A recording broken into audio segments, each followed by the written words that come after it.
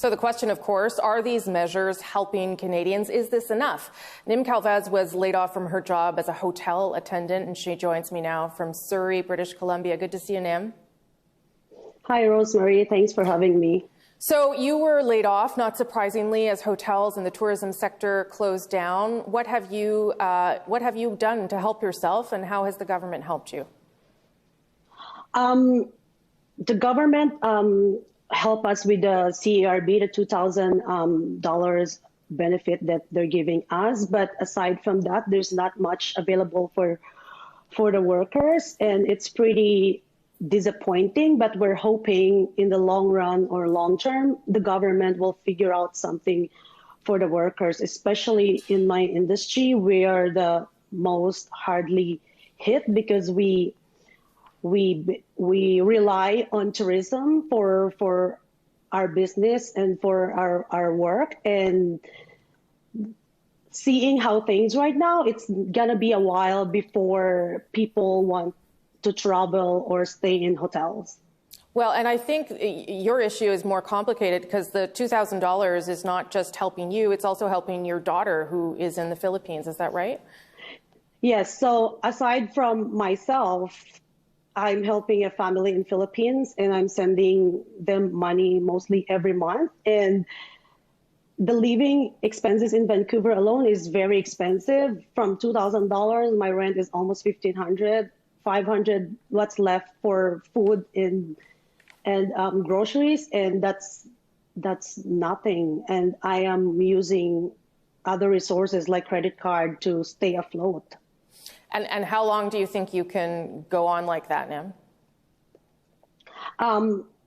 It's not long. Like after a couple of months, and I'm not just speaking for myself, I'm speaking for my coworkers, the hotel industry, and I'm sure a lot of us, not just hospitality industry, is hit hard with this. The majority of workers are struggling, and it's very devastating for everyone to navigate in this hard times. Sure. I'm going to talk to the finance minister in a moment. If you had anything that you wanted to ask him, what would you say to him?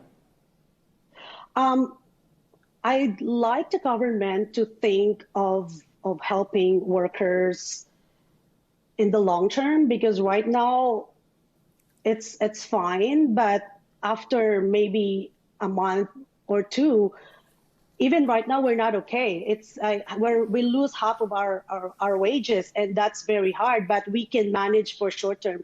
Long term, we need the government to think about how are we gonna survive as an industry. As I've said, like we rely on tourism, and it's gonna be a while before it's gonna come back. Who knows if we're gonna come back this year? We're thinking more likely it's gonna take us 18 to 24 months to recover. And losing our job, we also lose our health benefits, and our right to return to work is in jeopardy as well. So we're not just looking at financially, but we are looking with a big picture and our future. And it's very sad because a lot of us, we have put 20, 30, 40 years of our lives doing this job, and it's so devastating that we don't know what the future holds, and no one can answer it for that. Right now, we're just waiting for what's available to us. And the $2,000, I'm not speaking just for myself, I'm sure